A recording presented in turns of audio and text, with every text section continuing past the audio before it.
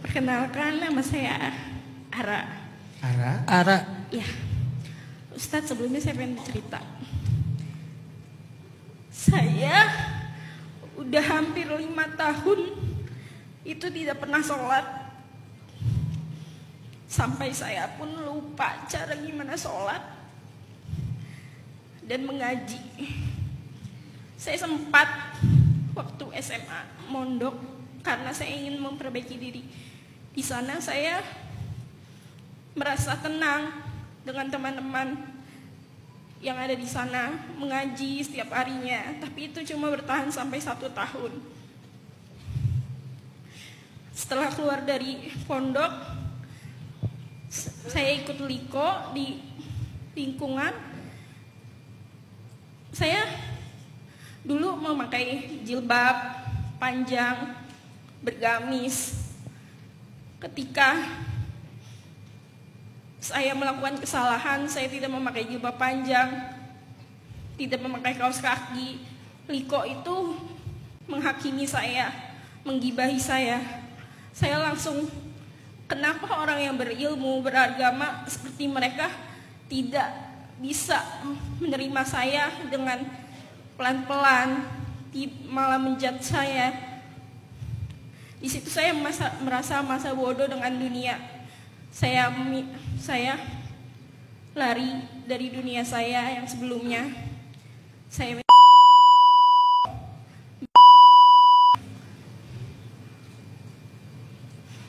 melakukan hal-hal yang Allah tidak suka. Saya dan orang tua saya ingin sekali saya mendoakan mereka. Mereka pengen sekali saya bisa mendoakan, ngaji untuk mereka. Tapi rasanya itu ketika saya ingin sholat, saya nggak bisa fokus, nggak bisa berhadapan dengan dia. Saya malu, saya ngerasa hina, saya bingung caranya bagaimana. Saya didiagnosa bipolar, saya overdosis 3 kali, tapi saya tidak mati-mati. Saya nggak tahu itu tujuannya apa. Begitu Ustaz. Terima kasih. Allah selalu menyapa hamba-hambanya yang ngerasa dirinya banyak dosa.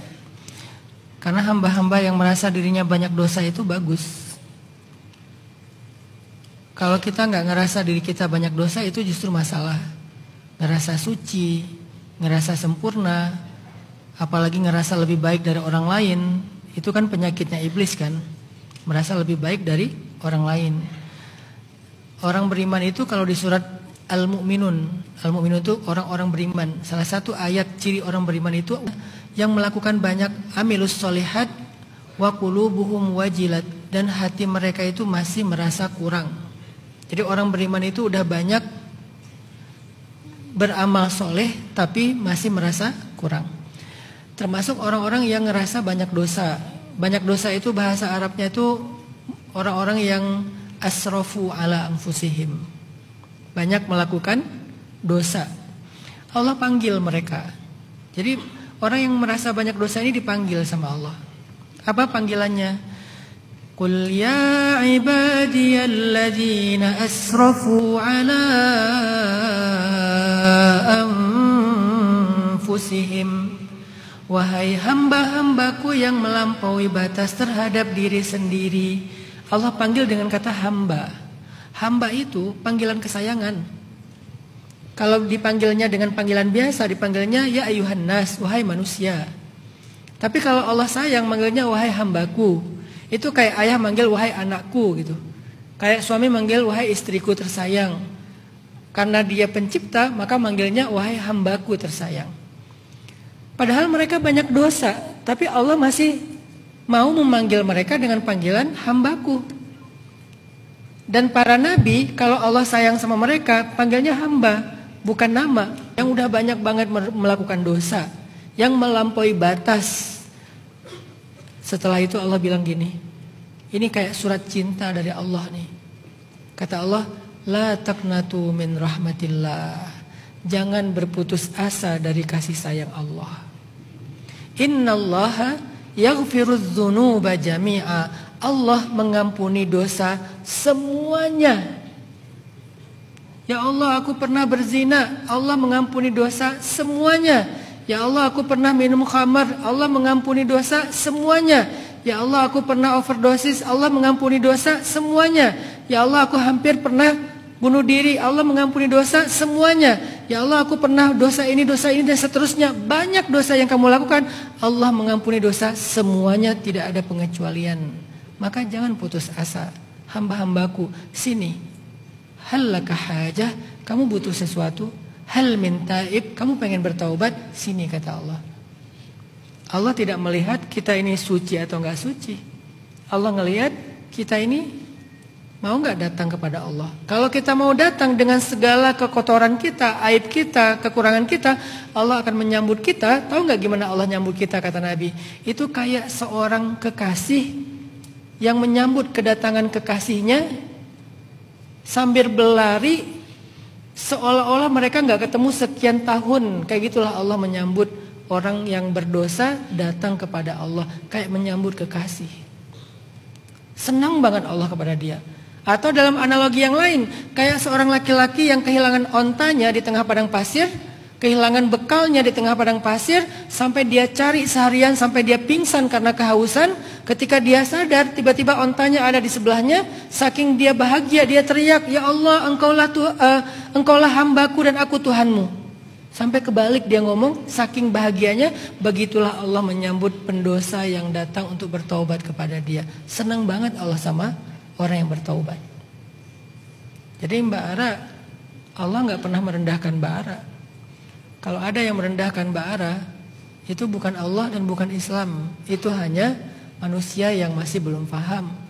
Jangan kecewa kepada Islamnya, jangan kecewa kepada Allahnya. Kita boleh kecewa kepada manusia dengan segala kekurangannya, tapi rasa-rasanya kita nggak bisa ngeblame Allah atau menyalahkan Allah, karena Allah sendiri selalu membuka pintu taubat. Mbak Ara melakukan 1000 kesalahan, maka 1000 kali Allah buka pintu taubat. 1000 tahun kita berbuat dosa, 1000 tahun Allah nungguin kita kapan bertobatnya. Nggak pernah Allah berhenti. Nggak dibatasin setahun doang ya. Kalau udah lebih dari setahun saya nggak akan menerima lagi taubat. Enggak. Taubat itu baru dihentikan kalau nyawa kita udah di sini, atau kalau matahari udah terbit di barat. Selama belum terjadi dua hal itu, artinya kiamat atau kematian, maka taubat kita akan terus diterima. Dan Allah itu menerima kita itu dengan kemuliaan, bukan dengan penghinaan. Jadi Mbak Ara, ada surat cinta dari Allah buat Mbak Ara dan kita semuanya. Allah bilang gini, "Wahai hambaku tersayang yang ngerasa banyak dosa, sini minta ampun, taubat, yuk kita perbaiki sama-sama, kita hadapi sama-sama, aku akan ampuni semua dosa-dosamu." Itu surat dari Allah kepada kita yang ngerasa banyak dosa. Maka datanglah Mbak Ara dalam sholat bukan sebagai seorang yang sedang ingin beribadah, tapi sebagai seorang yang ingin kembali, ingin balikan. Di situ Mbak Ara akan mulai belajar bagaimana cara sholat lagi. Tapi kalau Mbak Ara datang untuk menjalankan ibadah sholat, gak akan mampu. Karena itu tentang fikih kan. Bagaimana cara sholat itu tentang fikih. Bagaimana biar mampu membaca doa itu tentang fikih. Tapi datanglah sebagai orang yang pengen balikan. Ya Allah, aku pengen balik. Ya Allah, aku pengen pulang. Datang aja. Gimana pun Mbak Ara belum sempurna ibadahnya, Allah terima kok. Gak usah berkecil hati. Kayaknya aku udah lupa bacaannya, aku udah lupa gerakannya, aku gak mampu mengucapkannya dengan baik karena mungkin lidahku mulai keluh. Gak apa-apa, Allah tahu maksudnya Mbak Ara. Segimanapun Mbak Ara ngerasa insecure, gak pede dengan ibadah Mbak Ara, tapi di sisi Allah itu sempurna karena ngelihat hati dan niatnya Mbak Ara yang sempurna.